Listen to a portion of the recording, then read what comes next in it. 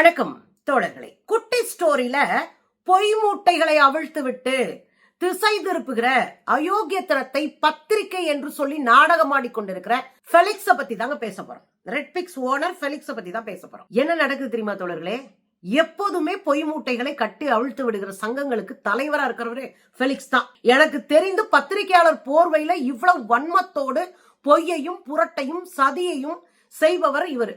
ஒரு விஷயம் என்ன அப்படின்னா, கரூர்ல 41 பேருடைய மரணத்திற்கு முன்பே நாளே ஒரு வீடியோ போடுறாரு. கரூர்ல செந்தில் பாலாஜி சதி செய்யறார், கரூர்ல சதி செய்ய காத்திருக்கிறார், கரூர்ல என்னமோ பண்ண போறாரு, ஏதோ நடக்க போகுது அப்படின்லாம் பேசிட்டே இருக்காரு. எனக்கு என்னமா இவங்க கூட்டு சேர்ந்துதான் இந்த கொலையை பண்ணிருக்காங்களோன்னு தோணுது. நாள் எப்படிங்க உங்களுக்கு சதி செஞ்சாருன்னு தெரியும்? தொடக்கத்துல இருந்தே ஒரு கான்ஸ்பிரன்சி தியரிய கட்டமைக்கிறாங்க. சதி செய்ய போறாங்க, சதி செய்ய போறாங்க, சதி செய்ய போறாங்கன்னு சொன்னா கேக்குற மக்களுக்காக ஒரு நடந்திருக்குமோ, சொன்ன மாதிரி நடந்து போச்சே அப்படின்னு ஒரு தோணும்ல. அத தோண வைக்கிற ஒரு அயோக்கியத்தனத்தை செஞ்சது ஃபெலிக்ஸ் தான். இந்த ஃபெலிக்ஸ் தான் 41 பேர் செத்த போது நம்ம கதறணும். ஐயோ குழந்தைங்களா செத்துட்டாங்களே, அந்த பிள்ளைய கையில வச்சுட்டு அவங்க அப்பா ஓட்டணும் கண்ணுக்குள்ளேயே இருக்கு, மூளைல சுருன்னு ஏறுது. பாதிக்கப்பட்ட மக்களுடைய கண்ணீரும் கதறலும் நம்ம அடுத்த 1 மணி நேரத்துல நம்ம ஆன்லைன்ல லைவ்ல போனோம். சர்மிளா டாக்ஸ்ல நம்ம லைவ்லயே போய் எல்லாரும் உட்காந்து பேசணும். 5-6 பேர் உட்காந்து பேசணும். முன்னாடி இருந்த ஐஏஎஸ் பத்திரிகையாளர்கள் எல்லாரும் சேர்ந்து உட்காந்து பேசணும், கண்ணீரோட பேசணும். எனக்கெல்லாம் பேசவே முடியல, அவ்வளவு மன வருத்தமா இருந்துச்சு. ஆனா இந்த கும்பல் என்ன செஞ்சு தெரியுமா?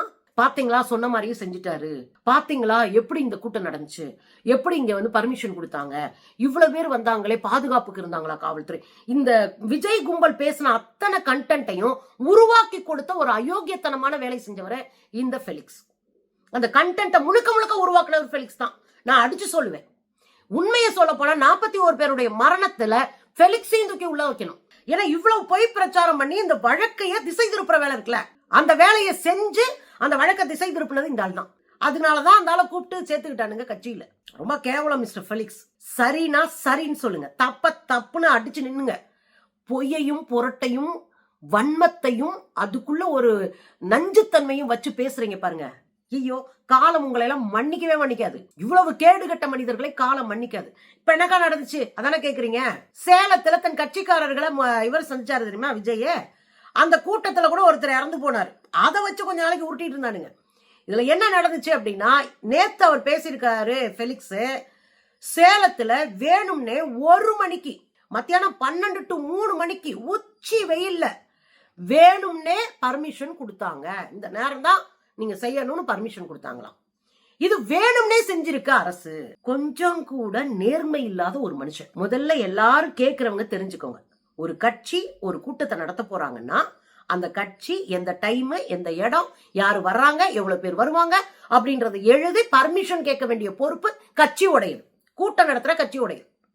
அந்த இடத்த ஆய்வு பண்ணிட்டு அந்த இதுக்கு ஓகேவா இருக்கான்னு பார்த்துட்டு அதுக்கு பர்மிஷன் கொடுக்க வேண்டியது காவல்துறையோட வேலை. இப்ப இவங்க கொடுத்த பர்மிஷன் லெட்டர் இருக்குல்ல, அது இருக்கு பாருங்க. பாத்தீங்கல்ல, இந்த அம்புக்குறி மேல இருக்கு பாருங்க, அது அந்த பையனுடைய பேரு பிரசன்னா பாலாஜி. அவரு நகர் மாவட்டம், சேலம் நகர்ல தெற்கு நகரத்தினுடைய மாவட்ட செயலாளரா இருக்கக்கூடியவர். இந்த பிரசன்னா பாலாஜி தான் லெட்டரே கொடுக்கிறாரு. அந்த லெட்டர்ல என்ன எழுதியிருக்காருன்னா, சிவப்பு கலர் கோடு இருக்கு இல்லையா, யாருக்கு ஒரு ஸ்கிரீன்ஷாட்டை போட்டு படிங்க. அந்த சிவப்பு கலரா அவருக்குள்ள இருக்கிற கண்டென்ட் என்ன தெரியுங்களா? இத்தனாம் தேதி எங்க தலைவர் இங்க வர்றாரு, சேலம் வர்றாரு, எங்க தலைவர் விஜய் வர்றாரு, அவர் எங்க கட்சி ஆட்களை சந்திக்க போறாரு. முதல்ல பொதுமக்களை சந்திக்கிறதா இருந்துச்சு, அப்படியே உல்டாவா கட்சி ஆட்களை சந்திக்க போறோம்னு சொல்லிட்டானுங்க. ரைட்டு, யாரையோ சந்திச்சுட்டு போ. எனக்கு தெரிஞ்சுங்க, கட்சி ஆட்களோட பேசுறதுக்கு மண்டபத்துல தான் உட்காந்து பேசுவோம், பொதுமக்களை தான் பொதுவெளியில சந்திப்போம்.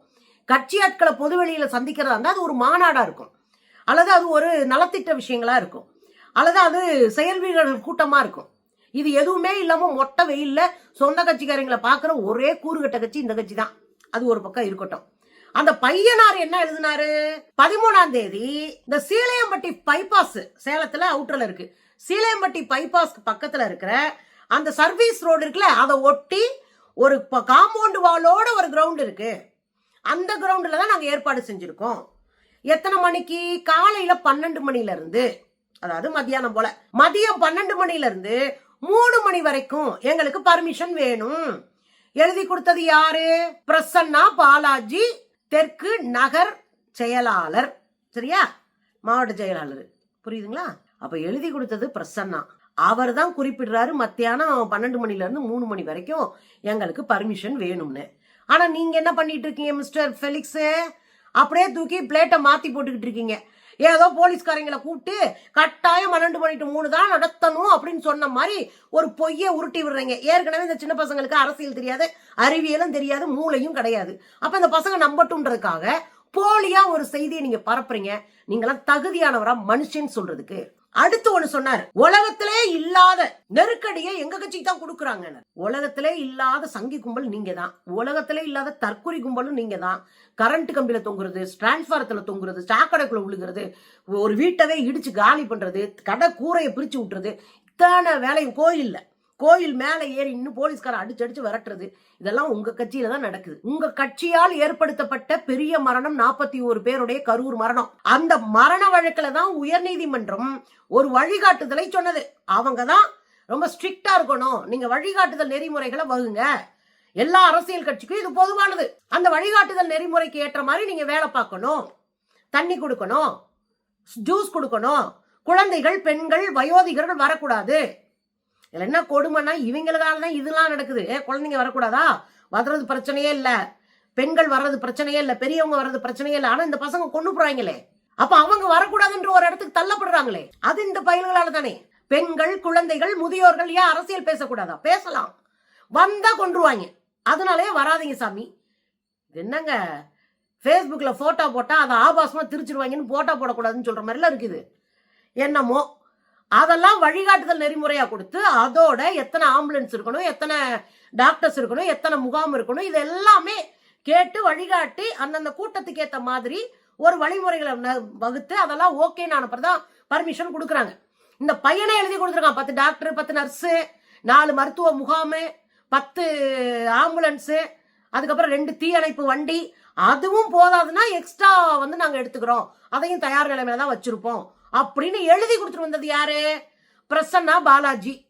அப்ப டைம் எழுதி கொடுத்தது பிரசன்னா பாலாஜி. நான் இதெல்லாம் செஞ்சு வச்சிருக்கேன் சார் அப்படின்னு எழுதி கொடுத்தது பிரசன்னா பாலாஜி.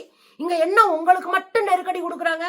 இன்னும் சொல்ல போனா உங்களுக்கு நெருக்கடி எல்லாம் கொடுக்க கூடாது, உங்களை கூட்டம் நடத்தவே விடக்கூடாது. எவன் வீட்லயாவது தாலி அறுத்து இளவெழுத்துட்டு வந்துடுறீங்க, உங்களை கூட்டமே நடத்த விடக்கூடாது. அதுதான் சரியான முடிவா இருக்கும். ஜனநாயக நாட்டில் அப்படி செய்ய முடியாதுல்ல. அதனால நீங்களாம் பழிச்சிட்டு போறீங்க. தொடர்ந்து பொய் பரப்புகிற ஃபெலிக்ஸ் இந்த நம்ம காட்டின ஆதாரத்துல அசிங்கப்பட்டு நிக்கிறாப்ல. இப்ப என்ன சொல்லுவீங்க? உங்க ஆளுகளை எழுதி கொடுத்துதான் உங்களுக்கு டைம் ஒதுக்கணும்னு தெரிஞ்சு போச்சு. வெக்கப்படுங்க மிஸ்டர் ஃபெலிக்ஸ்.